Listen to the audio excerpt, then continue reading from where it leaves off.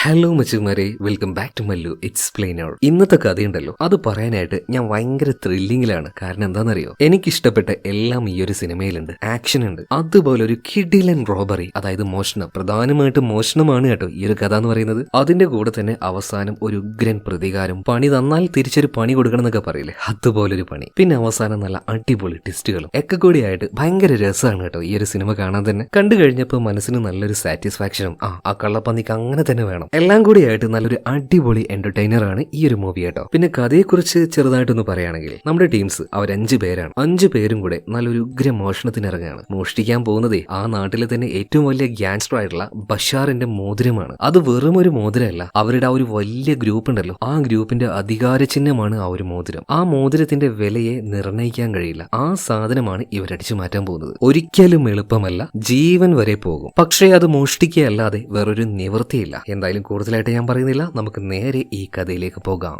സിനിമയുടെ ആരംഭത്തിൽ തന്നെ അത്യാവശ്യം വിലപിടിപ്പുള്ള കുറച്ചധികം സാധനങ്ങൾ സ്റ്റോർ ചെയ്ത് വെച്ച വലിയൊരു സ്റ്റോർ റൂം കാണിക്കുകയാണ്. അപ്പൊ അതിന്റെ സെക്യൂരിറ്റിക്കായിട്ട് കുറച്ചധികം ആൾക്കാർ അവിടെയുണ്ട്. എന്നാൽ ഈ സമയത്താണ് കുറച്ചധികം പോലീസുകാർ അങ്ങോട്ടേക്ക് വരുന്നത്. ഏകദേശം ഒരു 5 പേരുണ്ടാവും. അപ്പൊ ഉള്ളിലിരിക്കുന്ന സെക്യൂരിറ്റി ഗാർഡ് ഈ വന്ന ആൾക്കാർ ശരിക്കൊന്ന് പരിശോധിക്കണമല്ലോ. എന്നാൽ സാധാരണ വരുന്നത് പോലെ പോലീസുകാരാണെന്ന് കരുതിയിട്ട് ഇവർ ആ ഒരു CCTV വിഷയിൽ കാര്യങ്ങളൊന്നും ചെക്ക് ചെയ്തില്ല. എന്നാൽ വന്നത് പോലീസ് ആയിരുന്നില്ല, നമ്മുടെ കഥാനായകനും ടീമും ആയിരുന്നു. അവർ അലേർട്ട് അല്ലാത്തത് കൊണ്ട് തന്നെ പെട്ടെന്ന് ഇവരുടെ ഭാഗത്തുനിന്ന് ഒരു അറ്റാക്ക് ഉണ്ടാകുന്നു. അതുകൊണ്ട് തന്നെ സെക്യൂരിറ്റി ഗാർഡിന് പിടിച്ചു നിൽക്കാൻ പറ്റിയില്ല കേട്ടോ. അതിൽ തന്നെ അത്യാവശ്യം നല്ല തടിയുള്ള മസിലൊക്കെ ഉള്ള ഒരാളെ കണ്ടില്ലേ, അവനാണ് നമ്മുടെ കഥയുടെ ഹീറോ ഫരീദ്. അതുപോലെ അവന്റെ പിന്നിൽ കുറച്ച് താടിയൊക്കെ നീട്ടി മുടിയൊക്കെ നീട്ടിയ ഒരാളെ കണ്ടില്ലേ, അവന്റെ പേര് അമീറുദ്ദീൻ എന്നാണ്. അതുപോലെ തന്നെ ഒരാളെ കൂടെ കണ്ടില്ലേ, അത്യാവശ്യം തടിയുള്ള ഒരുതൻ, അവന്റെ പേര് ലാൻ എന്നാണ്. ഈ ടീമിലെ ടെക്നോളജിയിൽ ബിരുദെടുത്ത ആള് ഇവനാണ് കേട്ടോ. അതായത് ഹാക്കിംഗ്, പിന്നെ കമ്പ്യൂട്ടറുമായി ബന്ധപ്പെട്ട എന്താ പറയാ, ടെക്നോളജിയുമായി ബന്ധപ്പെട്ട എല്ലാ കാര്യങ്ങളും ചെയ്യുക അത് ലാൻ ആയിരിക്കും. അങ്ങനെ ഇവര് 3 പേരും ഉള്ളിലേക്ക് വന്നിട്ട് അവിടെയുള്ള ഗാർഡ്സിനെ അടിച്ചിട്ട് അവിടുത്തെ ആ ഒരു കമ്പ്യൂട്ടർ CCTV ഇതിന്റെ എല്ലാത്തിനെയും കൺട്രോൾ അങ്ങോട്ട് ഏറ്റെടുക്കുകയാണ്. എന്നിട്ട് ഇവിടെ ഏറ്റവും സെക്യൂർ ആയിട്ട് സൂക്ഷിക്കുന്ന ഒരു ലോക്കർ ഉണ്ട്. ആ ലോക്കറിലേക്ക് പോകാനുള്ള ഡോർ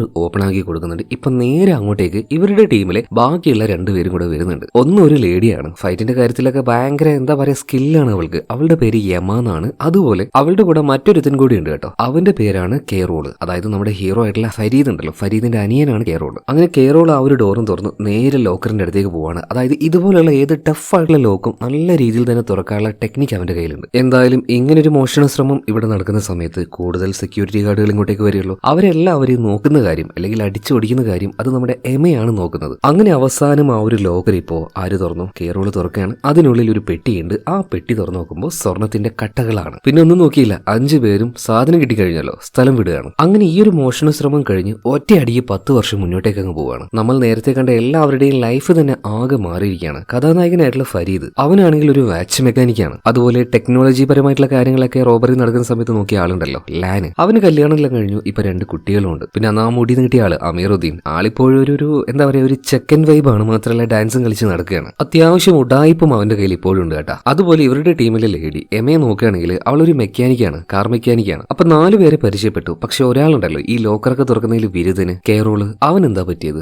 അവന്റെ കാര്യമാണ് കഷ്ടം. എന്തിനാണെന്ന് അറിയില്ല, കഴിഞ്ഞ ഒരു 8-9 വർഷമായിട്ട് അവൻ ജയിലിലാണ്. ഇന്നാണ് അവൻ ജയിലിൽ നിന്ന് പുറത്തേക്ക് ഇറങ്ങുന്നത്. അവൻ ജയിലിൽ നിന്ന് പുറത്തേക്ക് ഇറങ്ങുമ്പോൾ കൂട്ടാനായിട്ട് എമയാണ് പോകുന്നത്. അങ്ങനെ അവന് കൂട്ടി ഇവരുടെ അടുത്തേക്ക് വരികയാണ്. പഴയതുപോലെ ആ ഒരു ഫ്രണ്ട്ഷിപ്പ് ഇപ്പോഴും ഉണ്ട് കേട്ടോ. നല്ല ഫുഡൊക്കെ ഉണ്ടാക്കി ഡ്രിങ്ക്സ് ഒക്കെ ആയിട്ട് നന്നായിട്ട് അവർ എൻജോയ് ചെയ്തുകൊണ്ടിരിക്കുകയാണ്. ഈ സമയത്ത് അമീറുദ്ദീൻ ചോദിക്കുകയാണ്, എടാ കഴിഞ്ഞ 8-9 വർഷമായിട്ട് നീ ആ ജയിലിനോട് എന്താ ചെയ്തത്? കേറോള് പറയാണ്, ഞാൻ പറയും പക്ഷെ ആരോടും പറയാൻ നിൽക്കരുത്, നീ പറയടാ എന്താ ചെയ്തത്? എനിക്ക് ജയിലിൽ വെച്ച് നല്ലൊരു കോണ്ടാക്ട് കിട്ടി. അതുവഴി നല്ലൊരു മോഷണത്തിനുള്ള ഒരു സാധ്യത ഞാൻ കാണുന്നുണ്ട്. നമ്മളെല്ലാവരും കൂടെ ഒരു തവണ കൂടെ ഒന്ന് ഒത്തൊരുമിച്ച് നിന്ന് ആ മോഷണം നടത്തി കഴിഞ്ഞാൽ ലൈഫ് സെറ്റിൽ ആവും. ഇത് കേട്ട പാട് തന്നെ എല്ലാവരും ഒരേ സ്ഥലത്തിൽ പറ്റില്ല മോനെ, എല്ലാം വിട്ട് പഴയൊരു ലൈഫെല്ലാം വിട്ട് പുതിയൊരു ലൈഫിലേക്ക് വന്നിരിക്കുകയാണ്. ഇനിയും പഴയ കള്ളന്മാരാവാൻ താല്പര്യമില്ല. വെറുതെ നിന്റെ ചേട്ടൻ ഇതൊന്നും കേൾക്കാൻ നിൽക്കണ്ടേട്ടാ. എന്നാൽ അതേ നേരം തന്നെ അങ്ങോട്ടേക്ക് ഫരീദ് വരികയാണ്. ഫരീദ് വന്ന പാട് തന്നെ പറയണേ, ഇങ്ങനെയുള്ള യാതൊരു പരിപാടിയും വേണ്ട, 10 വർഷം മുന്നേ നമ്മളെല്ലാം ഉപേക്ഷിച്ചതാണ്. ഇപ്പൊ വലിയ കുഴപ്പമില്ലാതെ ജോലിയെല്ലാം ചെയ്ത് ജീവിക്കുന്നില്ലേ, ഇത് മതി എന്ന് പറയാണ്. എന്നാൽ ഫരീദ് പറയുന്ന കാര്യം അമീർ, അതുപോലെ തന്നെ ലാന്, എമ, ഇവർ 3 പേരും കേൾക്കും കേട്ടോ. എന്നാൽ ഇത് കേട്ട് കേറോളിന് ദേഷ്യം വരികയാണ്. നിങ്ങൾ ആരാണ് ഇവിടുത്തെ രാജാവോ? നിങ്ങൾ പറയുന്നത് ഇവര് കേൾക്കുമായിരിക്കും, ഞാൻ കേൾക്കില്ല. എന്റെ കാര്യം നോക്കാൻ എനിക്കറിയാന്ന് പറഞ്ഞിട്ട് ചേട്ടനോട് ചൂടായി അവൻ അവിടെ നിന്ന് പോവാണ്. ഇവന്റെ ഈ ഒരു ദേഷ്യത്തിന്റെ പിന്നിൽ ഒരു 8-9 വർഷം മുന്നേ ഇവരുടെ ഫാമിലിയിൽ എന്തോ ഒരു ഇഷ്യൂ ഉണ്ടായിട്ടുണ്ട്. ഇവരുടെ അച്ഛനുമായി ബന്ധപ്പെട്ട എന്തോ ഒരു ഇഷ്യൂ ആണ്, അത്യാവശ്യം വലിയൊരു കാര്യം തന്നെയാണ്. അപ്പൊ ആ ഒരു ദേഷ്യം കൂടെ അവന്റെ മനസ്സിലുണ്ട് കേട്ടോ. അവൻ അവിടെ നിന്ന് എഴുന്നേറ്റ് പോയപ്പോൾ എമ പിന്നാലെ ചെന്ന് വിളിക്കുന്നുണ്ടെങ്കിലും യാതൊരു മൈൻഡും ഇല്ല. പിന്നീട് ഒറ്റയ്ക്ക് പോയ കേറോള് തീരുമാനിക്കുകയാണ് ഇവരൊന്നും ഇല്ലാതെ ഒരു മോഷണം നടത്തി കാണിച്ചു കൊടുക്കണം. ഇതും പറഞ്ഞ് എവിടെയോ അവൻ കക്കാൻ കയറുന്നുണ്ട് കേട്ടോ. എന്നാൽ റോങ് ഡിസിഷൻ ആയിരുന്നു. ചെന്ന് പെടുകയാണ്. ഒരു കണ്ണാടിക്കാരന്റെ കയ്യിൽ. വെറും കണ്ണാടിക്കാരനല്ല, നല്ല കിടിലൻ സൈക്കോ ആണ്. ഈ കണ്ണാടിക്കാരന് നമ്മുടെ ഫരീദിനെ നന്നായിട്ട് അറിയാം. അതുപോലെ തന്നെ അവന്റെ അനിയനാണ് ഈ കെയറോൾ എന്നറിയാം. അതുകൊണ്ട് തന്നെ ഫരീദിനെ വിളിക്കുകയാണ്. നിന്റെ അനിയൻ ചെറുതായിട്ട് എന്റെ മടയിലേക്ക് ഒന്ന് വന്ന് ചാടിയിട്ടുണ്ട്, വേണമെങ്കിൽ വന്ന് കൂട്ടിക്കോ. കേട്ട പാട് തന്നെ അവൻ എന്തോ ഒരു കാര്യം പറഞ്ഞിട്ടുണ്ട്. ആ സാധനം എടുത്തുകൊണ്ട് ഇപ്പൊ ഫരീദ് നേരെ കണ്ണാടിക്കാരന്റെ അടുത്തേക്ക് വരികയാണ്. വന്നിറങ്ങിയ പാടിന് ഈ കണ്ണാടിക്കാരൻ പറയുന്നത്, എന്താണ് ഫരീദെ, മോഷണൊക്കെ നിർത്തിയെന്ന് പറഞ്ഞല്ലേ, പിന്നെന്താ അനിയനെ ഇങ്ങോട്ടേക്ക് വിട്ടിരിക്കുന്നത്? അതെന്തായാലും കുഴപ്പമില്ല, അത് നിങ്ങളുടെ ഗ്രൂപ്പിനിടയിലുള്ള കാര്യം. ഇതൊക്കെ പോട്ടെ, പറഞ്ഞ സാധനം കൊണ്ടുവന്ന് ചോദിക്കുകയാണ്. അതായത് നമ്മുടെ കെയറോളിനെ വിട്ടു കൊടുക്കണമെങ്കിൽ അന്ന് അടിച്ചു മാറ്റി ആ ഒരു സ്വർണ്ണത്തിന്റെ ഒരു വിഹിതം ഇവന് കൊടുക്കാനാണ് പറഞ്ഞത്. ഓക്കെ, അത് തരാന്ന് പറഞ്ഞിട്ട് ആ ഒരു സ്വർണ്ണം കൊടുക്കുന്നുണ്ട്. എവിടെ എന്റെ അനിയൻ? ധൃതി പിടിച്ച് ഫരീദ് ചോദിക്കുമ്പോൾ, നീ ഇങ്ങനെ ചെറിയലടാ, ചെറുക്കനപ്പുറത്തുണ്ട്, കൂട്ടിക്കൊണ്ടുപോയിക്കോ. പക്ഷേ ഇന്ന് നീ അവനെ കൊണ്ടുപോയിട്ടുണ്ടെങ്കിൽ നാളെ ഫാറ്റ് അവന്റെ കല്യാണമൊക്കെ കഴിഞ്ഞ് 2 പിള്ളേരുള്ളതല്ലേ, അതിലൊരെണ്ണത്തിന് ഞാനങ്ങ് തൂക്കും. അത് കഴിഞ്ഞാൽ നിങ്ങളുടെ ടീമിലെ വേറെ ആരെങ്കിലൊക്കെ, അതായത് കണ്ടിന്യൂസ് ആയിട്ട് നിന്നെ ഡിസ്റ്റർബ് ചെയ്യാൻ തന്നെ ഞാൻ തീരുമാനിച്ചു. എടാ, നീ ചോദിച്ച സ്വർണ്ണം ഞാൻ തന്നില്ലേ, പിന്നെ നിനക്ക് എന്താടാ വേണ്ടത് ചോദിച്ചപ്പോ ആ വിഷയത്തിലേക്ക് വാ. മോഷണം നിർത്തിയെന്ന് പറഞ്ഞിട്ട് വീണ്ടും ആ ഒരു പരിപാടിയിലേക്ക് നിന്റെ അനിയൻ ഇറങ്ങിയില്ലേ. അതുകൊണ്ട് തന്നെ നിങ്ങൾ എല്ലാവരും കൂടിയിട്ട് ഒരു തവണ കൂടെ ചെറിയൊരു പരിപാടി ചെയ്യണം. ഐവറി ഗ്യാങ് എന്ന് കേട്ടിട്ടുണ്ടോ? കേട്ടിട്ടുണ്ട്. അവന്മാരുടെ ഒക്കെ കൈ ചെന്ന് പെട്ടാ തീർന്നത് തന്നെ. അതായത് അങ്ങനെയുള്ള ഒരു ക്രിമിനൽ സംഘമാണ് ഈ ഐവറി ഗ്യാങ്. അവരുടെ ലീഡർ ഈയിടെ മരിച്ചെന്നാ തോന്നുന്നത്. അതുകൊണ്ട് തന്നെ ആ ഒരു സ്ഥാനം മറ്റൊരാൾക്ക് കൈമാറുകയാണ്. പുതിയ ലീഡറായിട്ട് വരുന്നത് ബഷാറാണ്. അങ്ങനെ ലീഡർ സ്ഥാനം കൈമാറുമ്പോൾ അവർക്കൊരു മോതിരം കൂടെ കിട്ടും. ആ മോതിരം അത് നീ അടിച്ചു മാറ്റണമെന്ന് പറയാണ്. എന്നാൽ ഒറ്റയടിക്കാനെ ഫരീദ് പറയാണ്, പറ്റില്ല. അതേ നിമിഷം തന്നെ ഫരീദ് വന്ന അവന്റെ കാറ് ഒരേറ്റ പൊട്ടലാണ് കേട്ടോ. ഒരു വലിയ ബ്ലാസ്റ്റോട് കൂടിയിട്ട് തകർന്നു പോകുന്നുണ്ട്. പിന്നീട് ഈ കണ്ണാടിക്കാരൻ കിടന്ന് ചിരിക്കാൻ തുടങ്ങുകയാണ്. ഞാനും വിചാരിച്ചു നരന്ത് പോലുള്ള ഇവനെ കണ്ട് എന്തിനാണ് ഫരീദ് പേടിക്കുന്നതെന്ന്. ഇപ്പൊ മനസ്സിലായില്ലേ, ഭ്രാന്തനാണ്, എന്തും എപ്പോ വേണമെങ്കിൽ ചെയ്യും, അങ്ങനെ ഒരു മൈൻഡാണ് ഇവന്. അവൻ പറയാണ്, മര്യാദക്ക് ഞാൻ പറഞ്ഞ ജോലി ചെയ്തിട്ടില്ലെങ്കിലുണ്ടല്ലോ ഇതുപോലെ പല സ്ഥലത്തും പൊട്ടും. എന്നാൽ ഇവര് രണ്ടുപേരും, ഈ സൈക്കോയും ഫരീദും രണ്ടുപേരും സംസാരിക്കുന്ന കാര്യം ഒരു ക്യാമറയിലൂടെ ആരോ ഒരാൾ കാണുന്നുണ്ട്. പക്ഷെ അതാരാണെന്ന് കാണിക്കുന്നില്ല. എന്തായാലും ഈ ഒരു സംഭവത്തിന് ശേഷം ഫരീദ് അവന്റെ ടീമിന്റെ അടുത്തേക്ക് തിരിച്ചു ചെല്ലുകയാണ്. കാര്യങ്ങൾ ഡയറക്റ്റ് ആയിട്ട് തന്നെ അവരോട് പറയുന്നുണ്ട്. ഐവറി ഗ്യാങ് അവരുടെ കയ്യിൽ നിന്ന് നമുക്കൊരു മോതിരം മോഷ്ടിക്കണം. ഇത് കേട്ടപാടിന് അമീർ പറയണം, നടക്കില്ല മോനെ, ഞാൻ ഇല്ല, അത് വലിയ ടീമാണ്, മുട്ടിയാൽ പൊട്ടും, കളസം കയറി പോകുന്നു പറയാണ്. എടോ, ഞാൻ പറയുന്നൊന്ന് കേക്ക്, നമ്മൾ ഇതുവരെയായിട്ടും ഒരു റോബറി നടത്തിയിട്ട് അത് ഫെയിൽ ആയിട്ടില്ല. അതുകൊണ്ട് നമ്മളെ കൊണ്ട് ഇത് പറ്റും. ഞാൻ ആദ്യം എന്താണ് മിഷൻ എന്ന് പറയാം. അതുപോലെ നമ്മളൊരു പ്രശ്നത്തിൽ വന്ന് വീഴുകയും ചെയ്തു. അപ്പൊ ഇതിൽ നിന്നും ഒന്ന് പുറത്തേക്ക് വരണ്ടേ. സംഭവം എന്താ വെച്ചാൽ ഈ ഐവറി ഗ്യാങ്ങിന്റെ ലീഡർ ഉണ്ടല്ലോ ജാഫർ, അദ്ദേഹത്തിന്റെ ആ ഒരു സ്ഥാനം അദ്ദേഹത്തിന്റെ മകനായിട്ടുള്ള ബഷാറിന് കൊടുക്കുകയാണ്. 3 ദിവസത്തിനുള്ളിൽ അവരുടെ ആ ഒരു ഫംഗ്ഷൻ നടക്കാൻ പോവാണ്. അങ്ങനെ ആ ഒരു ഫംഗ്ഷന്റെ സമയത്ത് ബഷാറിന് ഒരു മോതിരം കൈമാറ്റം ചെയ്യപ്പെടും. ആ മോതിരമാണ് നമ്മൾ അടിച്ചു മാറ്റേണ്ടത്. അതുപോലെ തന്നെ ഈ ഐവറി ഗ്യാങ്ങിനെ കുറിച്ച് പറയുകയാണെങ്കിൽ പുറമേ നിന്ന് നോക്കുമ്പോൾ അവർക്ക് ഹോട്ടൽ ബിസിനസ് ആണ്. എന്നാൽ ഐവറി ഗ്യാങ് അവർ ചെയ്യാത്തതായിട്ട് ഒരു പരിപാടിയില്ല കേട്ടോ. വലിയ വലിയ ഡീലിങ്സുകൾ. ഇനി ആ ഡീലിങ്സിന് ആൾക്കാർ ഓക്കെ അല്ലെങ്കിൽ തട്ടിക്കളയുക, തട്ടിക്കൊണ്ടുപോവുക, കൊലപാതകം, അങ്ങനെ എല്ലാ പരിപാടിയും ഉമ്മാരുടെ കയ്യിലുണ്ട്. അപ്പൊ അങ്ങനെയുള്ള ഐവറി ഗ്യാങ്ങിന്റെ അടുത്താണ് മോതിരം അടിച്ചു മാറ്റേണ്ടത്. ആ സമയത്ത് നമ്മുടെ എമ ചോദിക്കുന്നുണ്ട്, അല്ല അതിന് മാത്രം ഈ മോതിരത്തിൽ എന്താ ഉള്ളത്, അത്രയും വില ഉണ്ട് അതിന്? ഈ സമയത്ത് ഫരീദ് ഒരു കാര്യം പറയുന്നുണ്ട്, ആ മോതിരത്തിന്റെ വിലയല്ല. ഇപ്പൊ നിങ്ങൾ ആലോചിച്ച് നോക്കി, ഒരു വലിയ രാജ്യം, ആ രാജ്യത്തിൽ പുതിയൊരു രാജാവ് അധികാരം ഏൽക്കാൻ പോവാണ്. എന്നാൽ അയാൾക്ക് കിരീടമില്ല എന്ന് പറഞ്ഞാൽ എങ്ങനെയായിരിക്കും? അതുപോലെയാണ് ആ ഒരു മോതിരം. അതാണ് അതിന്റെ ആ ഒരു വാല്യൂ എന്ന് പറയുന്നത്. അതായത് അതിന് വിലയില്ല, എത്ര വില വേണേലും ഇടാം. അതുപോലെ ആ ഒരു ഗ്യാങ്ങിന്റെ ഏറ്റവും വലിയ പവർ എന്ന് പറയുന്നത് 2 ആൾക്കാരാണ്. ഒന്ന് മിറാൻഡ എന്ന ലേഡി. ആ ലേഡിയാണ് ഇല്ലീഗലായിട്ട് നടക്കുന്ന എല്ലാ പരിപാടിയും ലീഗലാക്കി മാറ്റുന്നത്. അതുപോലെ ആ ഒരു ഗ്യാങ്ങിന്റെ മുന്നത്തെ ലീഡറായിട്ടുള്ള ജാഫറിന്റെ അനിയനായിട്ടുള്ള മുസ്തഫ, ആളൊരു ബുദ്ധിജീവിയാണ്. ഇയാളാണ് ഈ ഒരു പരിധി വരെ രാജാവായിട്ട് ജാഫർ ഉണ്ടെങ്കിലും അതിനെ താങ്ങി നിർത്തി അതിനെ മുന്നോട്ടേക്ക് കൊണ്ടുവന്നത് മുസ്തഫയാണ്. ഓക്കെ, ഇനി വരാൻ പോകുന്ന 3 ദിവസത്തിനുള്ളിൽ ആ ഒരു മോതിരം ഹോട്ടലിലേക്ക് വരുന്നുണ്ട്. അവിടെ വെച്ചാണല്ലോ മോതിരം കൈമാറ്റം ചെയ്യപ്പെടുന്ന ആ ഒരു ചടങ്ങ് നടക്കാൻ പോകുന്നത്. അപ്പൊ ആ ഒരു മോതിരം കൊണ്ടുവന്നാൽ വളരെ സേഫ് ആയിട്ട് ഹോട്ടലിനുള്ളിലെ ഒരു ലോക്കറിലാണ് വെക്കുന്നത്. ആ ലോക്കറിലേക്ക് പോകാനും വരാനും ഒരേ ഒരു വഴി മാത്രമേ ഉള്ളൂ, അതും ഒരു ലിഫ്റ്റ് ആണ്. ആ ലിഫ്റ്റിന്റെ പുറത്തായിട്ട് എപ്പോഴും 24 മണിക്കൂറും ഗണ്ണ് പിടിച്ചുകൊണ്ട് 2 കാവൽക്കാരുണ്ടാവും. പിന്നീട് ആ ഒരു ലിഫ്റ്റിന്റെ ഉള്ളിലേക്ക് കടന്നു കഴിഞ്ഞാൽ ആ ലിഫ്റ്റ് പ്രഷർ സെൻസർ ആണ്. ചെറിയൊരു കോയിൻ വരെ അതിന്റെ ഉള്ളിലേക്ക് വീണ് കഴിഞ്ഞാൽ സെൻസർ ഓൺ ആവും. മാത്രമല്ല അത് ഓഫ് ആകണമെങ്കിൽ പ്രധാന സെക്യൂരിറ്റി ഹെഡ് അങ്ങോട്ടേക്ക് വന്നിട്ട് ഒരു ചാവിയുണ്ട്, ആ ചാവി ഇട്ടാൽ മാത്രമേ ആ ഒരു സെൻസർ ഓഫ് ആവുകയുള്ളൂ. അങ്ങനെ ലിഫ്റ്റും താണ്ടി താഴേക്ക് പോയി കഴിഞ്ഞാൽ മുകളിലെ കാര്യം പറഞ്ഞതുപോലെ 24 മണിക്കൂറും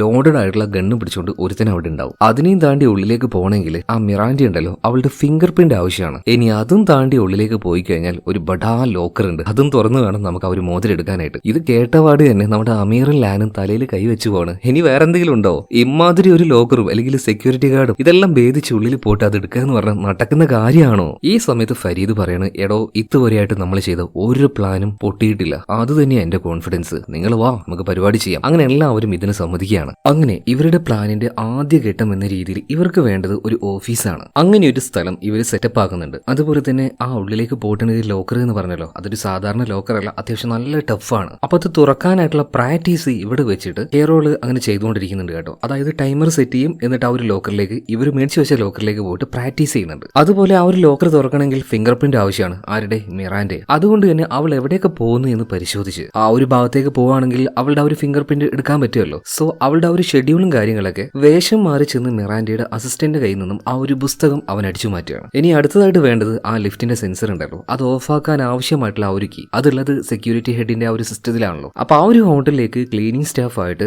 ഫരീദും അതുപോലെ തന്നെ കേറോളും പോകുന്നുണ്ട്. എന്നിട്ട് അവിടുത്തെ ആ ഒരു ഫയർ സെൻസർ അത് ഓൺ ആക്കിയപ്പോൾ സെക്യൂരിറ്റി ഹെഡ് വേഗം അങ്ങോട്ടേക്ക് പോവാണ്. ആ സമയത്ത് തന്നെ കേറോൾ അതിന്റെ ഉള്ളിലേക്ക് പോയിട്ട് ആ ഒരു സെൻസർ കീ ഉണ്ടല്ലോ അതിന്റെ ഒരു കോപ്പി എടുക്കുന്നുണ്ട്. ഡിജിറ്റലി ആയിട്ടുള്ള കോപ്പി കേട്ടോ. അതുപോലെ തന്നെ നമ്മുടെ ലാൻ എന്താ ചെയ്തതെന്ന് വെച്ചാൽ ഈ CCTVന്റെ ആ ഒരു സെർവർ റൂം ഉണ്ടല്ലോ അങ്ങോട്ടേക്ക് ചെന്നിട്ട് അവിടെ മുഴുവനായിട്ടും അവൻ എന്തൊക്കെയോ ഫിക്സ് ചെയ്യുന്നുണ്ട്, കുറെ ബഗ്ഗുകളും കാര്യങ്ങളും. അതായത് ലാൻ എന്താണോ വിചാരിക്കുന്നത് ആ കാര്യങ്ങൾ മാത്രമേ CCTV വിഷ്വലിലൂടെ കാണുന്ന ഒബ്സർവ് ചെയ്യുന്ന ആൾക്കാർക്ക് ഇനി കാണാൻ പറ്റുള്ളൂ. അതുപോലെ ഇനി 5ാമത്തെ സ്റ്റെപ്പ് അതെന്താ നോക്കുകയാണെങ്കിൽ മോഷണം കഴിഞ്ഞാൽ ഇവർക്ക് രക്ഷപ്പെടാനായിട്ട് ഒരു കാറ് വേണം. അന്ന് ഫംഗ്ഷൻ നടക്കാൻ പോകുന്ന ദിവസമാണ് അന്ന്. അതുകൊണ്ട് അവിടെ വരുന്ന ഒരുപാട് കാറുകൾ ഭയങ്കര റിച്ച് ആയിട്ടുള്ള വലിയ വലിയ കാറുകളായിരിക്കും. അതുപോലൊരു കാറ് തന്നെ ഇവർക്ക് വേണം. സോ അങ്ങനെ ഒരു സാധനം നമ്മുടെ എമ സെറ്റ് ചെയ്തുകൊണ്ടിരിക്കുകയാണ്. കാരണം അവളൊരു കാർ മെക്കാനിക് ആണല്ലോ. ഇനി അടുത്ത ഘട്ടം 6ാമത്തെ ഘട്ടമാണ് ഏറ്റവും ടഫ് എന്ന് പറയുന്നത്. അതായത് നമ്മുടെ കേറോള് ലോക്ക് തുറക്കാനായിട്ട് അത് പ്രാക്ടീസ് ചെയ്യുന്നുണ്ടല്ലോ. ഇങ്ങനെ പ്രാക്ടീസ് ചെയ്യുന്നതിന്റെ പ്രധാന കാരണം എന്താ വെച്ചാൽ ഉദാഹരണത്തിന് വളരെ സിമ്പിൾ ആയിട്ട് ഞാൻ പറയാം. സാധാരണ ഒരു ലോക്കർ തുറക്കാൻ പോകുമ്പോൾ അതിൽ ഒരു സ്വിച്ച് മാത്രമേ ഉണ്ടാവുള്ളൂ. എന്നാൽ ഇവർ ഈ തുറക്കാൻ പോകുന്ന ലോക്കറിൽ ഇതുപോലെ 3 എണ്ണം ഉണ്ട്. അതായത് 3 ഘട്ടം താണ്ടി വേണം ആ ലോക്കർ അൺലോക്ക് ചെയ്യാനായിട്ട്. അത്യാവശ്യം പാടുള്ള കാര്യമാണ്. അതുകൊണ്ട് ട്രഡീഷണൽ ആയിട്ട് എന്താണ് നമ്മുടെ കേറോള് ചെയ്തുകൊണ്ടിരുന്നത് ആ പരിപാടി ഇവിടെ ചെയ്യാൻ പറ്റില്ല. അതായത്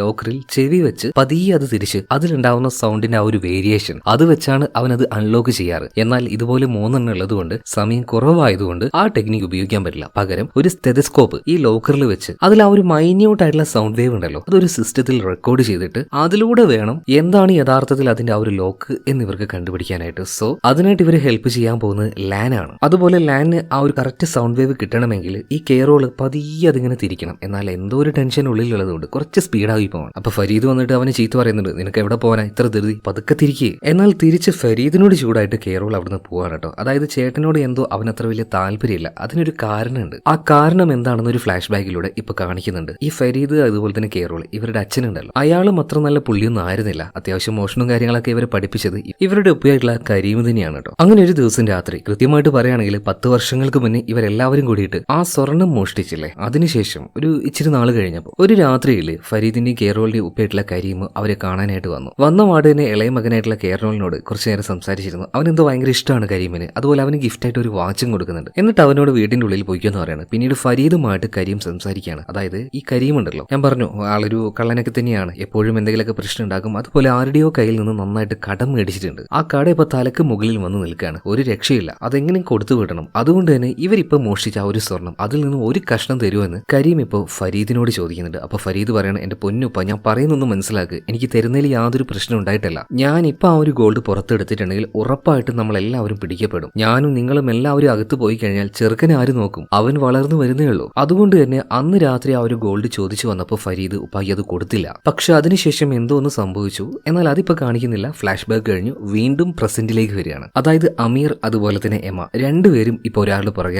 അതായത് മിറാൻഡ അവളുടെ ഒരു ഫിംഗർ പ്രിന്റ് എങ്ങനെയെങ്കിലും സംഘടിപ്പിക്കണമല്ലോ. സോ അവൾ ഇപ്പൊ ഒരു ഹോട്ടലിൽ ഫുഡ് കഴിക്കാൻ പോയി. വലിയ 5 സ്റ്റാർ ഹോട്ടലാണ്. അപ്പൊ അവിടുത്തെ വെയിറ്ററിന്റെ അതേ വേഷം ധരിച്ചുകൊണ്ട് തന്നെ അമീറും എമയും അവിടെ ഉണ്ടായിരുന്നു കേട്ടോ. ഇവര് കറക്റ്റ് ആയിട്ട് എന്താണ് മിറാൻഡ ചെയ്യുന്നതെന്ന് ഇങ്ങനെ നോക്കിക്കൊണ്ടിരിക്കുകയാണ്. ഇപ്പൊ മിറാൻഡ ആണെങ്കിൽ ഒരു സൂപ്പ് കുടിച്ച് ചെറിയൊരു കപ്പ് അവിടെ വെക്കുന്നുണ്ട്. അപ്പൊ ആ ഒരു കപ്പ് എടുത്താൽ മതി, അതിൽ അവളുടെ ആ ഒരു ഫിംഗർ പ്രിന്റ് ഉണ്ടാവുമല്ലോ. എന്നാൽ ഒറ്റയടിക്ക് ചെന്ന് എടുത്താൽ സംശയം തോന്നും. അതുകൊണ്ട് തന്നെ അങ്ങോട്ടേക്ക് ചെന്ന് അറിയാതെ ആ ഒരു കപ്പും ടേബിൾ ഒക്കെ ഒന്ന് തട്ടുകയാണ്. ഇതിനിടയിൽ ഈ മിറാൻഡ അവളുടെ അസിസ്റ്റന്റ് രണ്ടുപേരുടെ ദേഹത്തും ഇതുപോലെ കറിയും ആ സൂപ്പ് കായ നേരത്ത് അവരത് കഴുകാൻ വേണ്ടി ഉള്ളിലേക്ക് ചെല്ലാണ്. ഇതേ നേരത്തുണ്ടല്ലോ അമീർ നിലത്ത് വീണ ഒരു കപ്പ് എടുത്ത് ഒരു കവറിൽ ഇടുന്നുണ്ട്. അതുപോലെ തന്നെ നമ്മുടെ എമയാണെങ്കിൽ ആ അസിസ്റ്റന്റ് കയ്യിൽ ലാപ്ടോപ്പ് ഉണ്ടായിരുന്നില്ലേ, ആ ലാപ്ടോപ്പിൽ ആ ഫംഗ്ഷന് വരാനിരിക്കുന്ന ആൾക്കാരുടെ ഗസ്റ്റ് ലിസ്റ്റ് ഉണ്ടായിരുന്നു. അതിൽ 2 പേരുടെ പേര് എഡിറ്റ് ചെയ്ത് പകരം അതിലേക്ക് ഫരീദിന്റെ പേര്, പിന്നെ ഈ അമീറിന്റെ പേര്, പിന്നെ എമയുടെ പേര്, ഇവരുടെ 3 പേരുടെയും പേര് എഡിറ്റ് ചെയ്ത് അതിലേക്ക് കയറ്റുന്നുണ്ട്. അങ്ങനെ ആ ഒരു പണിയും കഴിഞ്ഞ് ഇവർ പുറത്തേക്ക് വരുന്നുണ്ട്. എന്നാൽ ഇവർക്ക് സംഭവിച്ച ഒരു അബദ്ധം അതിപ്പോ ഇവര് മനസ്സിലാക്കുന്നില്ല. അതായത് അമീർ നിലത്ത് വീണ ഒരു ചെറിയ ബോട്ടിൽ എടുത്തില്ലേ, ബോട്ടിലല്ല സൂപ്പ് പിടിച്ച ഒരു കോപ്പ,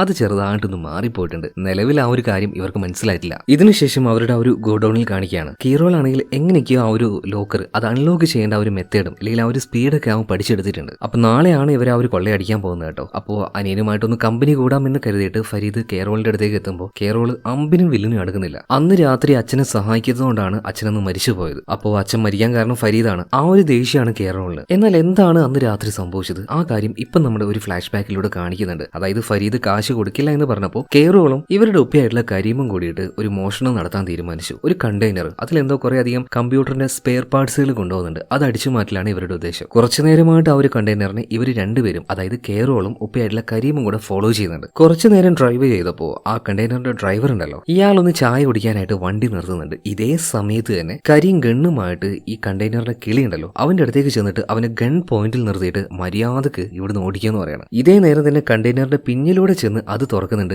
ആര് നമ്മുടെ കേറോള്. ഇതേ സമയത്ത് ആ ഒരു കിളി പറയുന്നുണ്ട് മര്യാദക്ക് പോയിക്കോ, നിങ്ങൾ എന്തിനോടാണ് ഈ ഡീല് ചെയ്യുന്നതെന്ന് നിങ്ങൾക്ക് യാതൊരു ഐഡിയ ഇല്ല, ജീവൻ പോകുന്നു പറയണം. എന്നാൽ അതൊന്നും മൈൻഡ് ചെയ്യാതെ കയ്യിലുള്ള ഗണ്ണുമായിട്ട് കരീം അവന്റെ തലയിൽ വെച്ച് മര്യാദക്ക് പൊയ്ക്കോ എന്നിട്ട് അവനെ പേടിപ്പിക്കുകയാണ്. എന്നാൽ കരീമിന്റെ കയ്യിലുണ്ടായിരുന്നത് വെറും ഒരു കളിത്തോക്കായിരുന്നു കേട്ടോ. ഇതേ സമയത്ത് തന്നെ കേറോൾ ഉള്ളിലേക്ക് കയറിയിട്ട് ഉള്ളിൽ ആ ഒരു പെട്ടി തുറന്ന് അതെന്താണെന്ന് നോക്കുമ്പോൾ അവനാകെ ഞെട്ടിപ്പോയി. കമ്പ്യൂട്ടറിന്റെ സ്പെയർ പാർട്സ് ഒന്നും അല്ല ഈ കണ്ടെയ്നറിൽ, ഇതിൽ മുഴുവൻ മയക്കുമരുന്നാണ്. ഇതേ നേരം തന്നെ ചായ കുടിക്കാൻ പോയ ആ ഒരു ഡ്രൈവർ ഇങ്ങോട്ടേക്ക് തിരിച്ചു വരികയാണ്. ഇവർക്ക് നേരെ ഷൂട്ട് ചെയ്യുന്നുണ്ട്. ഇവർക്ക് തിരിച്ച് ഷൂട്ട് ചെയ്യാൻ പറ്റുമോ? കയ്യിലുള്ളത് ഫേക്ക് ഗണ്ണല്ലേ. രണ്ടുപേരും ഒന്നും നോക്കിയില്ല. അതായത് കേറോളും ഉപ്പയും കൂടെ അവിടെ ഉണ്ടായിരുന്ന ഒരു കാട്ടിലേക്ക് ഊട്ടി കയറുന്നുണ്ട്. എന്നാൽ അതിനുശേഷം എന്ത് സംഭവിച്ചു എന്ന് കാണിക്കുന്നില്ല. വീണ്ടും പ്രസന്റിലേക്ക് വരികയാണ്. അതായത് ഫരീദ് നാളെ ആ ഒരു ഫംഗ്ഷനിൽ പങ്കെടുക്കാൻ പോവാണല്ലോ. അപ്പൊ നല്ല അടിപൊളിയായിട്ടുള്ള ഡ്രസ്സ് വേണം. അതിനായിട്ട് അവൻ നേരെ ചെല്ലുന്നത് അവന്റെ ഒരു ഫ്രണ്ട് ഉണ്ട്, ഒരു ടൈലറാണ്. അവന്റെ കടയിലേക്കാണ്. നല്ലൊരു ഡ്രസ്സും അവനെ കൊണ്ട് തയ്പ്പിക്കുന്നുണ്ട്. പിന്നെ വേറൊരു കാര്യമുണ്ട്, ഈ ടൈലറും നമ്മുടെ ഫരീദും ചങ്കും ചങ്കാണ് കേട്ടോ. എന്ത് പറഞ്ഞാലും ഫരീദ് എന്ത് പറഞ്ഞാലും അവൻ ചെയ്യും. അത്രക്കും കട്ട ചങ്കാണ്. അങ്ങനെ ഫംഗ്ഷനുള്ള ആ ഒരു ദിവസം വന്നിട്ടുണ്ട്. ഇന്നാണ് ആ ഒരു മോതിര കൈമാറ്റം നടക്കുന്നത്. അതായത് ആ ഒരു ഗ്രൂപ്പ് ഉണ്ടല്ലോ ഐവറി, അതിന്റെ തലവനായിട്ട് ഇനി ബഷാർ വരാൻ പോവാണ്. അപ്പൊ ഈ ദിവസം തന്നെയാണ് അവർക്ക് ആ ഒരു മോതിരം അടിച്ചു മാറ്റേണ്ടത്. ഇതിനായിട്ട് നേരെ ഒരു ഗസ്റ്റിനെ പോലെ ഫരീദ് അങ്ങോട്ടേക്ക് വരുന്നുണ്ട്. അതുപോലെ കേറോളിനെ നോക്കുകയാണെങ്കിൽ അവനൊരു ഷെഫിന്റെ വേഷം ധരിച്ച് കിച്ചണിൽ കയറി പറ്റുകയാണ്. എന്നിട്ട് ആരുടെയും കണ്ണിൽ പെടാതെ കിച്ചണിലുണ്ടായിരുന്ന വെന്റിലേഷൻ അതിന്റെ ഉള്ളിലൂടെ കയറി പറ്റുന്നുണ്ട്. ഇതേ നേരം തന്നെ നമ്മുടെ അമീർ എമ രണ്ടുപേരും ഒരു ഗസ്റ്റിനെ പോലെ തന്നെ ആ ഒരു ഫംഗ്ഷനിൽ പങ്കെടുത്തിട്ടുണ്ട് കേട്ടോ. അതായത് നേരത്തെ തന്നെ ആ ഒരു ലിസ്റ്റ് എമ എഡിറ്റ് ചെയ്ത് റെഡിയാക്കിയിട്ടുണ്ടായിരുന്നല്ലോ. പിന്നെ ലാന് അവന് നോക്കുകയാണെങ്കിൽ ഇതേ ഹോട്ടലിൽ ഒരു റൂം എടുത്തുകൊണ്ട് CCTV മുഴുവൻ ഹാക്ക് ചെയ്യാനുള്ള പരിപാടി അവൻ നേരത്തെ ചെയ്തിരുന്നില്ലേ, അത് മുഴുവൻ ഹാക്ക് ചെയ്ത് അതിൽ വിഷ്വലൊക്കെ ഒന്ന് സെറ്റ് ചെയ്യുന്നുണ്ട്. അതായത് ഇവർ ചെയ്യാൻ പോകുന്ന കാര്യമൊന്നും ബാക്കിയുള്ള ഈ ഗാർഡ്സിന് കാണാൻ കഴിയില്ല. സോ അങ്ങനെ അവൻ കാര്യങ്ങളൊക്കെ റെഡിയാക്കിയപ്പോൾ അങ്ങോട്ടേക്ക് ആര് വരുന്നുണ്ട്? ഫരീദ് വരികയാണ്. ഫരീദ് ലാന് രണ്ടുപേരും ഇപ്പോൾ എമയെ കോൺടാക്ട് ചെയ്തിട്ട് നിന്റെ പരിപാടി തുടങ്ങിക്കോ എന്ന് പറയാണ്. അങ്ങനെ നല്ല സുന്ദരിയായിട്ട് അടിപൊളിയായിട്ട് സെക്സി ആയിട്ട് ഡ്രസ്സ് ധരിച്ച് എമ നേരെ പോകുന്നത് ആ ലിഫ്റ്റ് ഉണ്ടല്ലോ അതിനരികിലേക്കാണ്. സദാസമയം ഗണ്ണ് പിടിച്ചുകൊണ്ട് അവിടെ രണ്ടാൾക്കാരുണ്ടല്ലോ ഇവന്മാർക്ക് നേരെ ചൂണ്ടിടുകയാണ് എമ. കാരണം അവരുടെ ശ്രദ്ധ ഒന്ന് തിരിപ്പിക്കണം. നൈസായിട്ട് അവരുടെ അടുത്തേക്ക് ചെന്നിട്ട് പഞ്ചാര അടിക്കാൻ തുടങ്ങുന്നുണ്ട്. ഇതേ ഗ്യാപ്പിന് കിച്ചണിലെ ആ ഒരു വെന്റിലേറ്ററിലൂടെ വന്ന കെയറോള് നേരെ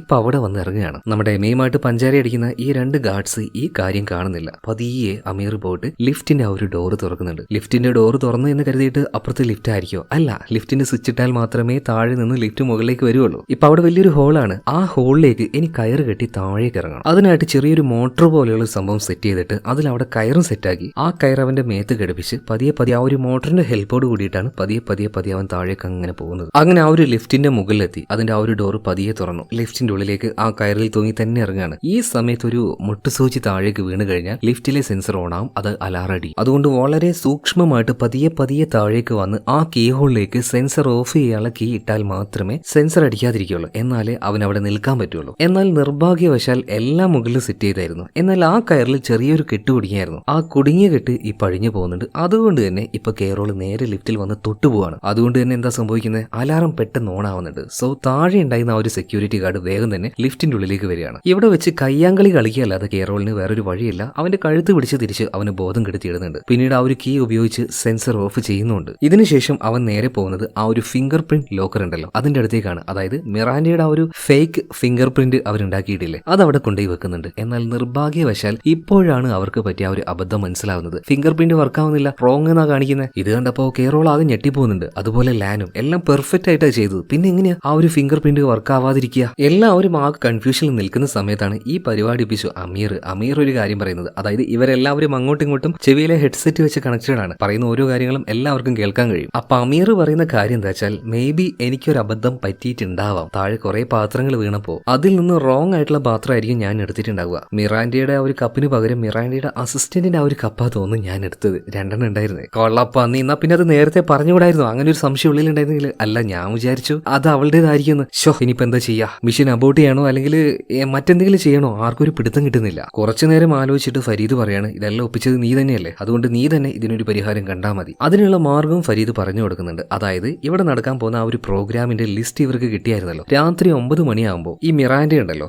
അവളും മറ്റൊരാളെ ഒരാളും തമ്മിൽ ഒരു ഡാൻസ് പ്രോഗ്രാം ഉണ്ട്. ആ ഡാൻസറെ നമ്മുടെ ഈ എമ ചെന്നിട്ട് അടിച്ചു മൂലക്കാക്കി ഒരു ഭാഗത്തിടുക. എന്നിട്ട് ഒരു ഡാൻസറിന്റെ വേഷം ധരിച്ചുകൊണ്ട് അമീറെ നീ അങ്ങോട്ടേക്ക് പോവാ, എങ്ങനെയെങ്കിലും അവരെ കൺവിൻസ് ചെയ്ത് അവിടുത്തെ ആ ഒരു ഡാൻസ് അവരുടെ കൂടെ കളിക്കാൻ പോകുന്നത് നീയാണെന്ന് എങ്ങനെയെങ്കിലും അവരൊന്ന് ബോധിപ്പിക്കുക. പറഞ്ഞതുപോലെ തന്നെ കുറച്ച് കഴിഞ്ഞപ്പോൾ തന്റെ കൂടെ ഡാൻസ് കളിക്കാൻ പോകുന്ന ആ ആളുടെ അടുത്തേക്ക് മിറാൻഡ വരുന്നുണ്ട്. എന്നാൽ ആ ആൾക്ക് പകരം അവിടെയുള്ളത് അമീറാണ്. അമീർ പറഞ്ഞു അയാൾക്ക് വരാൻ പറ്റില്ല, പകരം ഞാനാണ് വന്നതെന്ന്. ഈ സമയത്ത് മിറാൻഡ ചോദിക്കുന്നത് ഡാ പ്രശ്നമൊന്നും ഉണ്ടാവില്ലല്ലോ, നന്നായിട്ട് കളിക്കില്ലേ നീ, പരിപാടി എങ്ങാനും കൊളായിട്ടുണ്ടെങ്കിൽ ആ ബഷാർ എന്നെ അടിച്ച് കൊന്നു കളയും. ഇല്ല മേഡം നിങ്ങൾ എന്റെ കൂടെ ഒന്ന് ഡാൻസ് ചെയ്തോക്കെന്ന് പറഞ്ഞിട്ട് അമീർ ഇപ്പോൾ മിറാൻഡയുടെ കൂടെ ഡാൻസ് ചെയ്യാണ്. ഡാൻസിന്റെ കാര്യത്തിൽ ആളൊരു പുലിയാണല്ലോ, അവന്റെ പ്രൊഫഷൻ തന്നെ ശരിക്കും പറഞ്ഞാൽ ഈ ഡാൻസിംഗ് ആണ്. സോ ആ മിറാൻഡയുടെ കൂടെ ഡാൻസ് കളിച്ച് ശരിക്കും അവളങ്ങോട്ട് കൺവിൻസ് ചെയ്യുന്നുണ്ട്. അതിനിടയിൽ ഒരുപാട് തവണ മിറാൻഡയുടെ കയ്യിൽ അമീർ പിടിക്കുന്നുണ്ട്. അതുകൊണ്ട് തന്നെ മിറാൻഡയുടെ ഫിംഗർ പ്രിന്റ് ഇപ്പൊ അമീറിന്റെ കയ്യിൽ വന്നു കഴിഞ്ഞു. അങ്ങനെ ഡിജിറ്റലി അത് സ്കാൻ ചെയ്ത് അതിന്റെ ഒരു കോപ്പി ഉണ്ടാക്കിയിട്ട് ഇപ്പൊ ആർക്ക് അയച്ചു കൊടുക്കുകയാണ്, കേറോളിന് അയക്കാണ്. അങ്ങനെ അത് വെച്ച് ആ ഒരു ഫിംഗർ പ്രിന്റ് ലോക്കർ അത് അവർ അൺലോക്ക് ചെയ്യുന്നുണ്ട്. ഇതിനുശേഷം കേറോള് നേരെ ഉള്ളിലേക്ക് പോവാണ്. 3 നോബുകളാണല്ലോ ആ ഒരു ലോക്കറിനുള്ളത്. അത് രണ്ടും വളരെ സൂക്ഷ്മമായിട്ട് ആ ഒരു സ്റ്റെതസ്കോപ്പ് വെച്ചിട്ട് അത് തിരിക്കുമ്പോൾ ഉണ്ടാവുന്ന ആ ഒരു സൗണ്ട് വേവിലൂടെ നമ്മുടെ ലാനിന്റെ കമ്പ്യൂട്ടറിലേക്ക് വന്ന ആ ഒരു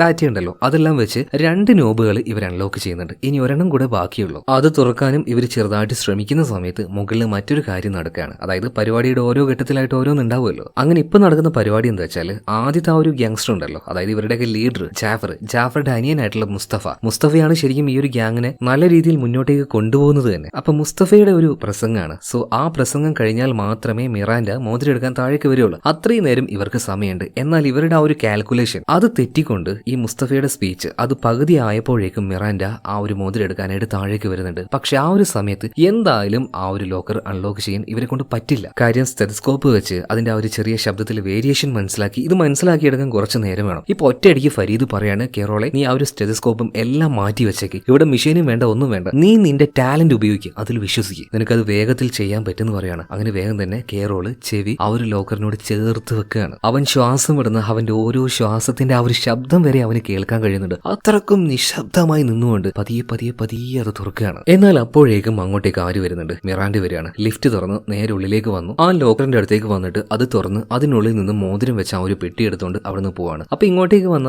മിറാൻഡ എന്തുകൊണ്ട് നമ്മുടെ കേറോളിനെ കണ്ടില്ല എന്ന് ചോദിച്ചിട്ടുണ്ടെങ്കിൽ കേറോള് നേരത്തെ ഒരു സെക്യൂരിറ്റി ഗാർഡിനെ ഇവിടെ അടിച്ചിട്ടില്ലേ, അവന്റെ യൂണിഫോം ഇട്ടുകൊണ്ട് അവിടെ നിൽക്കുകയായിരുന്നു. അതുകൊണ്ട് മിറാൻഡയ്ക്ക് അവന് മനസ്സിലായില്ല. അതുപോലെ മിറാൻഡ കൊണ്ടുപോകുന്ന ആ ഒരു പെട്ടിയിൽ മോതിരമില്ല, അത് ഓൾറെഡി കേറോൾ എടുത്തു കഴിഞ്ഞു. യെസ്, അവരുടെ മോഷണത്തിന്റെ പാതി ഭാഗം കഴിഞ്ഞു. ഇനി പാതി ഭാഗം എന്ന് വെച്ചാൽ അതുമായിട്ട് ഇവിടുന്ന് രക്ഷപ്പെടലാണ്. മോതിരം നഷ്ടമായി എന്ന് അവർ മനസ്സിലാകുന്നതിന് മുന്നേ തന്നെ ഇവിടുന്ന് രക്ഷപ്പെടണം. അതെങ്ങാനും അവരിപ്പോ മനസ്സിലാക്കിയ ഇവരുടെ വെടി തീർന്നു എന്ന് പറയാം. അപ്പൊ അടുത്ത ഘട്ടം അത് വേഗം തന്നെ ചെയ്യണം. സോ അതുകൊണ്ട് തന്നെ നമ്മുടെ അമീർ എമ 2 പേരോടും കാർ സ്റ്റാർട്ട് ചെയ്ത് നേരെ ബേസ്മെന്റിൽ നിൽക്കാൻ പറയണം. ഇപ്പൊ ഹോട്ടലിന്റെ ഉള്ളിൽ തന്നെ 3 പേരുണ്ട്. അതായത് നമ്മുടെ ഫരീദ്, അനിയനായിട്ടുള്ള കേറോള്, അതുപോലെ നമ്മുടെ ഫരീദിന്റെ കൂടെ ലാനും. അങ്ങനെ ഇവര് 3 പേരും പുറത്തേക്ക് കടക്കുന്നതിന് മുന്നേ അത് സംഭവിക്കുകയാണ്. മിറാൻഡയ്ക്ക് മനസ്സിലായി പെട്ടിയുടെ ഉള്ളിൽ ആ ഒരു മോതിരില്ലാന്ന്. വേഗം തന്നെ ബഷാറിനോട് ഈ ഒരു കാര്യം ഇൻഫോം ചെയ്യുന്നുണ്ട്. മോഷ്ടാക്കൾ ഇപ്പോഴും ഈ ഒരു ബിൽഡിങ്ങിൽ തന്നെ ഉണ്ടാവും. അതുകൊണ്ട് എല്ലാ ഡോറും ക്ലോസ് ചെയ്യാൻ പറയാണ്. മാത്രമല്ല എല്ലായിടത്തും സെക്യൂരിറ്റി അയക്കുന്നുണ്ട്. ഇതിനിടയിൽ നമ്മുടെ ഫരീദ്, ലാൻ ഇവരുള്ള ആ ഒരു റൂമിലേക്കും ഒരു ഗാർഡ് വരികയാണ്. ലാനോട് പതി അവിടെ നിന്ന് നേരെ ലിഫ്റ്റിൽ കയറിയിട്ട് താഴേക്ക് പോയിക്കോന്ന് പറയണം. എന്നിട്ട് ആ ഒരു ഗാർഡിനെ ഫരീദ് നേരിടുകയാണ്. ഇവിടെ വെച്ച് കയ്യാങ്കളി കളിക്കല്ലാതെ വേറൊരു വഴിയില്ല കേട്ടോ. അതുപോലെ തന്നെ ഈ ലിഫ്റ്റിലേക്ക് കയറിയപ്പോൾ ലാനിന്റെ ഫോണിലെ സിഗ്നൽ മുഴുവൻ പോയി. അവന്റെ ഫോണിലെ എന്തൊക്കെയോ സിസ്റ്റം വെച്ചാണ് ഇവിടുത്തെ CCTV കംപ്ലീറ്റ് ആയിട്ട് ഹാക്ക് ചെയ്തത്. ഇപ്പൊ ഫോണിലെ ആ ഒരു സിഗ്നൽ നഷ്ടപ്പെട്ടതോട് കൂടിയിട്ട് CCTV അതെല്ലാം പഴയതുപോലെയാണ്. ഇപ്പോഴാണ് അടി കൊണ്ട് ബോധം കെട്ട് കിടക്കുന്നത് ആ സെക്യൂരിറ്റി ഗാർഡിനെ ഇവർ കാണുന്നത്. സോ സംഗതി മനസ്സിലായി. അതുപോലെ തന്നെ മോഷ്ടാവായിട്ടുള്ള ഫരീദിന്റെ മുഖം ഇവർ കണ്ടു. ഇപ്പൊ എല്ലാ ഗാർഡിന്റെയും ഫോണിലേക്ക് അവന്റെ ആ ഒരു ഫേസ് അയച്ചു കൊടുക്കുന്നുണ്ട്. അവനെ തപ്പി കണ്ടുപിടിക്കാൻ വേണ്ടി പറയാണ്. എന്നാൽ ഇതേ ഗാർഡ്സിന്റെ വേഷത്തിൽ തന്നെയാണല്ലോ കേറോൾ ഉള്ളത്. അവന്റെ ചേട്ടൻ അതായത് ഫരീദ് ഇതുപോലെ ഗാർഡ്സിന്റെ മുന്നിൽ പെട്ടുപോയപ്പോൾ ഏട്ടനെ രക്ഷപ്പെടുത്താനായിട്ട് കേറോളും ചെല്ലുകയാണ് കേട്ടോ. അപ്പൊ 2 പേരും ഫൈറ്റ് ചെയ്യുന്നുണ്ട്. ഒരു വിധത്തിൽ അവർ രക്ഷപ്പെട്ട് താഴേക്ക് വരികയാണ്. അതേ സമയത്ത് തന്നെ ലാനും ലിഫ്റ്റ് വഴി ബേസ്മെന്റിലേക്ക് വന്ന് ഇപ്പോൾ ഓൾറെഡി അമീറും അതുപോലെ തന്നെ എമയും കാർ സ്റ്റാർട്ട് ചെയ്ത് നിൽക്കുന്നുണ്ടല്ലോ. ആ കാറിലേക്ക് അവർ വന്ന് കയറുകയാണ്. തൽക്കാലം 3 പേരായപ്പോൾ ആ ഒരു ബേസ്മെന്റിൽ നിന്നും കാർ മാറ്റി ഇവർ പുറത്തേക്ക് പോകുന്നുണ്ട്. ഇതേ നേരം തന്നെ ഫരീദ്, കേറോൾ 2 പേരും ആ ഒരു ബിൽഡിങ്ങിന്റെ ഏറ്റവും ബേസ്മെന്റിലേക്ക് വന്നിട്ടുണ്ട്. അതുപോലെ തന്നെ അവിടെ ഒരു ഗ്രില്ലിന്റെ ഡോർ ഉണ്ട്. അത് തുറന്നുകൊണ്ട് ആദ്യം തന്നെ കേറോൾ പുറത്തേക്ക് പോവാണ്. പോയി കഴിഞ്ഞ ഉടനെ തന്നെ അവൻ അത് ലോക്ക് ചെയ്യാണ്. ഇത് കണ്ട് ഫരീദ് ആകെ ഞെട്ടിപ്പോയി. നീ എന്താ ഈ ചെയ്യുന്നേ ചോദിക്കുകയാണ്. ഈ സമയത്ത് കേറോൾ പറയാണ്, ചേട്ടൻ ചെയ്തൊന്നും ഞാൻ മറന്നിട്ടില്ല. ഉപ്പ മരിയാനുള്ള പ്രധാന കാരണക്കാരൻ ചേട്ടനാണ്. അതുപോലെ ഈ മോഷണം കഴിഞ്ഞാൽ 5 പേരും 5 വഴിക്കാണെന്ന് ചേട്ടൻ പറഞ്ഞായിരുന്നല്ലോ. അതുകൊണ്ട് തന്നെ അതിപ്പോ തന്നെ അങ്ങ് ആകാം. ഞാൻ എന്റെ വഴിക്ക് പോവാണ്. മോതിരം ഞാൻ തന്നെ അവർക്ക് കൊണ്ടേ കൊടുത്തോളാന്ന് പറയണം. അതോടെ എല്ലാ പ്രശ്നവും തീരുമല്ലോ. ഇനി അന്വേഷിച്ച് എന്റെ പിന്നാലെ വരണ്ടാന്ന് കേറോൾ പറയുന്നുണ്ട്. എന്നാൽ ഫരീദ് പറയുന്നത്, കേറോള മോനെ ഞാൻ പറയുന്നൊന്ന് കേൾക്ക്. നീ ആ ഒരു മോതിരം അവർക്ക് കൊണ്ടേ കൊടുത്താലും നിനക്ക് രക്ഷപ്പെടാൻ പറ്റില്ല. ഉറപ്പായിട്ടും അവർ നിന്നെ കൊന്നുകളയും. ഇവർക്ക് മറ്റെന്തൊക്കെയോ ഉദ്ദേശങ്ങളാണ്. എന്നാൽ ഇതൊന്നും കേൾക്കാതെ കേറോൾ പറയാണ്, നമ്മുടെ ഉപ്പ മരിച്ച എങ്ങനെയാണെന്ന് നിനക്ക് വല്ല ധാരണയുണ്ടോ? അന്ന് ആ ഒരു മോഷണം ചെറുതായിട്ട് പാളിപ്പോയി. അപ്പൊ തന്നെ അങ്ങോട്ടേക്ക് പോലീസുകാരും വന്നു. പോലീസുകാർ വന്ന പാട് തന്നെ ആ ഒരു കണ്ടെയ്നറിന്റെ ഡ്രൈവർ അറസ്റ്റ് ചെയ്തു. ഉള്ളൂ. കാരണം അതിലുണ്ടായിരുന്നത് മയക്കുമരുന്നായിരുന്നു. അതുപോലെ തന്നെ ഞാനും ഉപ്പയും കൂടെ കാട്ടിലേക്ക് ഓടി രക്ഷപ്പെട്ടപ്പോൾ ഞങ്ങളുടെ പിന്നാലെ തന്നെ പോലീസുകാർ വന്നു. രക്ഷയില്ലാന്ന് ഉപ്പാക്ക് മനസ്സിലായി. അതുകൊണ്ട് എന്നെ അവിടെ ഉണ്ടായിരുന്ന ഒരു കുഴിയുടെ ഭാഗത്തേക്ക് തള്ളിയിട്ട് ഉപ്പ വെറുതെ ഒച്ചയും വിളി ഉണ്ടാക്കി. അതായത് നമ്മൾ രണ്ടുപേരും ഒരുമിച്ച് ഓടിയിട്ടുണ്ടെങ്കിൽ രണ്ടുപേരും അകത്താവും എന്ന് മനസ്സിലായത് കൊണ്ടാണ് ഉപ്പ അങ്ങനെ ചെയ്തത്. അതുപോലെ കയ്യിലുണ്ടായിരുന്ന ആ ഒരു ഫേക്ക് ഗണ്ണ് വെച്ച് പോലീസുകാർ കയറി ചൂണ്ടി അവരെ ഭയപ്പെടുത്തി അവരുടെ ഗണ്ണ് കൊണ്ട് തന്നെ ഉപ്പ അവിടെ വെച്ച് മരിച്ചു. എന്നെ രക്ഷപ്പെടുത്താൻ വേണ്ടി മാത്രമാണ് ഉപ്പ അന്ന് രാത്രി അങ്ങനെ ചെയ്തത്. പിന്നീട് ഫരീദിനോട് കേറോൾ വീണ്ടും ഒരു കാര്യം പറയാണ്, നീ അന്ന് ഉപ്പയെ സഹായിച്ചിരുന്നെങ്കിൽ നമുക്ക് ആർക്കും ഈ ഒരു ഗതി വരില്ലായിരുന്നു. അതുകൊണ്ട് ഇനി മുതൽ നിന്റെ കൂടെ നിൽക്കാനായിട്ട് എനിക്ക് യാതൊരു താല്പര്യമില്ല. ഞാൻ എന്തായാലും എന്റെ പാട് നോക്കി പോവാന്ന് പറഞ്ഞിട്ട് ആ മോഷ്ടിച്ച മോതിരവുമായിട്ട് ഇപ്പൊ ഈ കേറോൾ നേരെ പോകുന്നത് ആ സൈക്കോ ഉണ്ടല്ലോ കണ്ണാടിക്കാരൻ, അയാളുടെ അടുത്തേക്കാണ്. ഇപ്പൊ ഈ കണ്ണാടിക്കാരൻ ഉണ്ടല്ലോ അവന് നോക്കിയൊന്ന് ചിരിച്ചിട്ട് പറയാണ്, നിനക്ക് വേണ്ടി നിന്റെ ചേട്ടൻ എന്റെ കയ്യിൽ തന്ന ആ ഒരു സ്വർണം അത് കിട്ടാൻ വേണ്ടി നീ കളിച്ച കളി കൊള്ളാൻ കേട്ടാ. എന്തായാലും കുഴപ്പമില്ല, എനിക്ക് ആ ഒരു മോതിരം കിട്ടിയാൽ മാത്രം മതി. ഇനി എന്തായാലും എന്റെ ബോസിനെ നിനക്കൊന്ന് കാണണ്ടേ. അപ്പൊ അങ്ങോട്ടേക്ക് പോകുന്നതിന് മുന്നേ നിന്റെ മുഖം ഒന്ന് മറക്കണം എന്ന് പറഞ്ഞിട്ട് അവനെയും കൂട്ടിക്കൊണ്ട് ഈ കണ്ണാടി സൈക്കോ അവന്റെ ബോസിന്റെ അരികിലേക്ക് കേറോളിനെ കൊണ്ടുപോകണം. അവിടെ എത്തി നോക്കിയപ്പോഴാണ് ആ ഒരു ബോസ് അത് ആരാണെന്ന് മനസ്സിലാവുന്നത്. ആരായിരിക്കും? ഞാൻ വിചാരിച്ചതുപോലെ തന്നെ സിനിമ തുടങ്ങിയപ്പോൾ തന്നെ എനിക്ക് മനസ്സിലായിരുന്നു ആരായിരിക്കും ആ ഒരു ബോസ് എന്ന്. മറ്റാരുമല്ല, മുസ്തഫ. അതായത് പഴയ ഗ്യാങ്സ്റ്റർ ആയിട്ടുള്ള ജാഫറിന്റെ അനിയൻ, ബഷാറിന്റെ ഇളയാപ്പ, അതായത് ചെറിയച്ഛൻ. എന്തിനാണ് മുസ്തഫ ഇങ്ങനെ ചെയ്യുന്നതെന്ന് ചോദിച്ചിട്ടുണ്ടെങ്കിൽ അത് തന്നെ അധികാര കൈമാറ്റ പ്രശ്നം.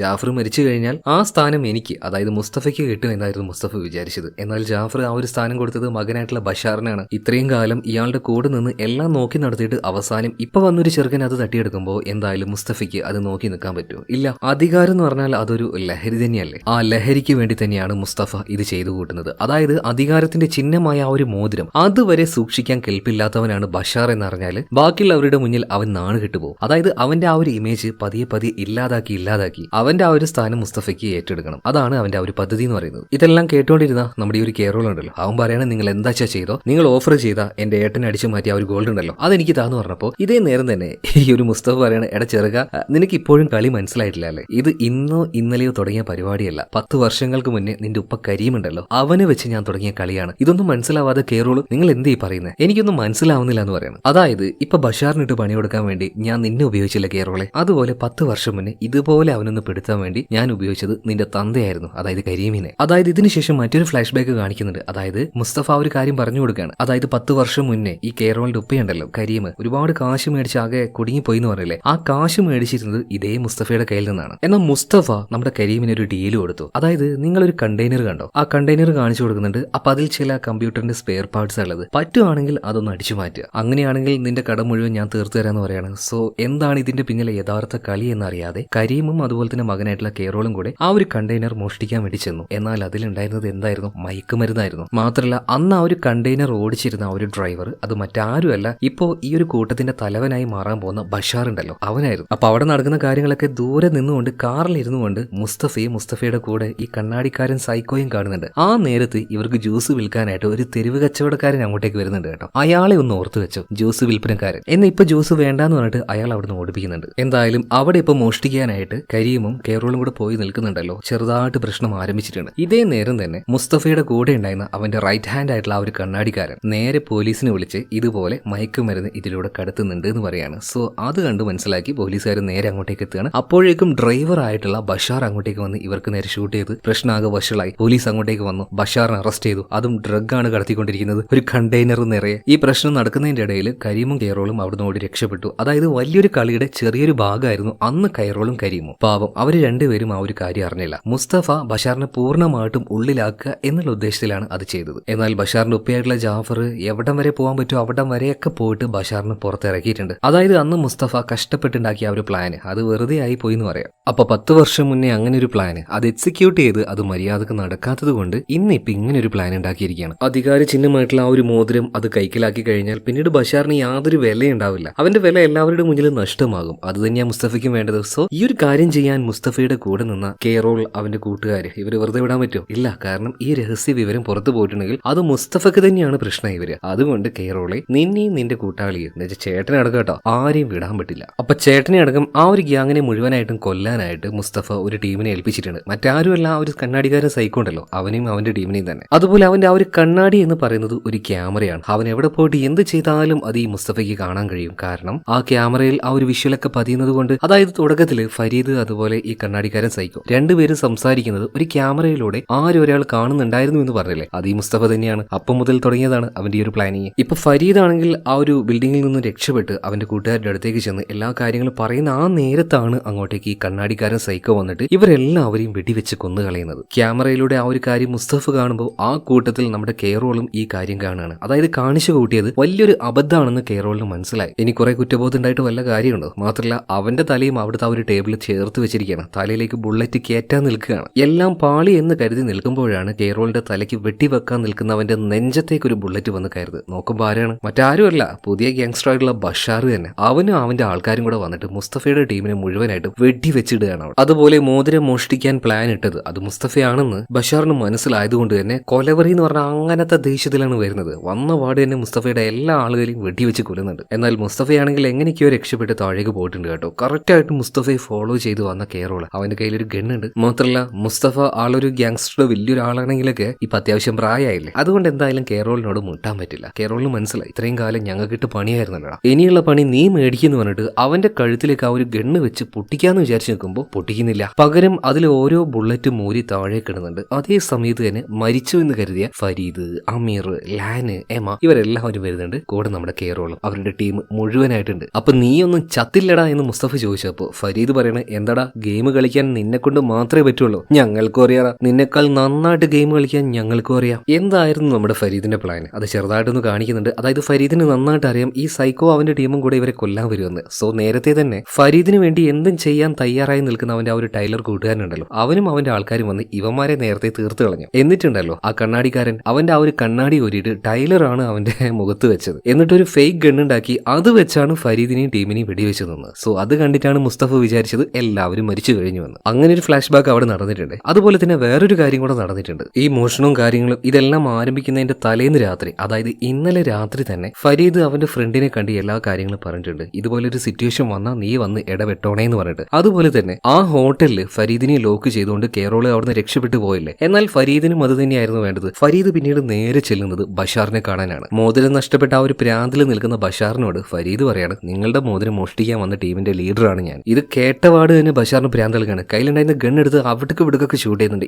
എങ്ങനെയൊക്കെയോ രക്ഷപ്പെട്ട് അവസാനം ആ ഒരു ഗണ്ണ് പിടിച്ചിട്ട് ഫരീദ് ഒരു കാര്യം പറയുന്നുണ്ട്, മോഷ്ടിച്ചത് ഞാനാണ്, ശരി സമ്മതിച്ചിരിക്കുന്നു, പക്ഷേ ഈ ജോലി എന്നെ ഏൽപ്പിച്ച ഒരാളുണ്ടാവുമല്ലോ, മിക്കവാറും അത് നിന്റെ കൂട്ടത്തിലുള്ള ആരൊരാൾ തന്നെയാണ്, അതാദ്യം കണ്ടുപിടിക്കുക. അതുപോലെ 10 വർഷം മുന്നേ നിനക്കിട്ട് പണി തന്ന് നീ ജയിലിൽ പോയി കിടന്നില്ലേ, അതും ഈ ആള് തന്നെയാണ്. അതുകൊണ്ട് വെറുതെ ഞങ്ങളുടെ പിന്നാലെ വന്ന് സമയം കളയാതെ ഇതിന്റെ പിന്നിൽ യഥാർത്ഥത്തിൽ കളിക്കുന്നത് ആരാണെന്ന് നീ പോയിട്ട് കണ്ടുപിടിക്കുക. അതായത് ആ ഒരു കണ്ണാടിക്കാരൻ സൈക്കോ അല്ലാതെ അവനും ഒരു ബോസ് ഉണ്ട് എന്ന് ഫരീദിന് മനസ്സിലായത് അന്ന് ഫരീദിനോട് ഇവൻ സംസാരിക്കുമ്പോൾ അപ്പൊ തന്നെ കണ്ണാടിയുടെ ആ ഒരു ഫ്രെയിമിൽ ഒരു സ്വിച്ച് ഉണ്ടായിരുന്നു, അത് ഞെക്കിക്കൊണ്ടാണ് അവൻ സംസാരിച്ചത്. സോ മറ്റാരോ ഒരാൾക്ക് വേണ്ടിയിട്ടാണ് അവൻ ആ ഒരു ജോലി ചെയ്യുന്നത്. അവിടെ വെച്ച് ഫരീദിന് ആ ഒരു കാര്യം മനസ്സിലായി. അങ്ങനെയാണ് ഇതിന്റെ പിന്നിൽ വലിയൊരാളുണ്ടെന്ന് മനസ്സിലായത്. അതുപോലെ തന്നെ ഈ കാര്യം നമ്മുടെ ബഷാറിനോട് പറയുന്നുണ്ട്, നിങ്ങളുടെ കൂട്ടത്തിലുള്ള പവർഫുൾ ആയിട്ടുള്ള നിങ്ങളുടെ സ്ഥാനം തട്ടിയെടുക്കാൻ ആഗ്രഹിക്കുന്ന ആരൊരാളാണ് ഇതിന്റെ പിന്നിൽ. പിന്നീട് നന്നായിട്ടൊന്ന് കുത്തിയിരുന്ന് ആലോചിച്ചപ്പോൾ ബഷാറിന് ആളെ പിടികിട്ടി, മറ്റാരുമല്ല മുസ്തഫ തന്നെ. അങ്ങനെയാണ് മുസ്തഫയുടെ അടുത്തേക്ക് ബഷാർ വരുന്നതും ഈ സംഭവങ്ങളൊക്കെ ഉണ്ടാകുന്നതും. അങ്ങനെ മേലെയുള്ള മുസ്തഫയുടെ എല്ലാ ആൾക്കാരെയും കൊന്ന് കൊല വിളിച്ച് ബഷാറും അവന്റെ ആൾക്കാരും കൂടെ താഴേക്ക് വരുന്നുണ്ട്. ഇപ്പൊ അവന്റെ കയ്യിലേക്ക് ഇവര് മോഷ്ടിച്ച ആ ഒരു മോതിരം ഉണ്ടല്ലോ അത് തിരിച്ചു കൊടുക്കുകയാണ്. എന്നിട്ട്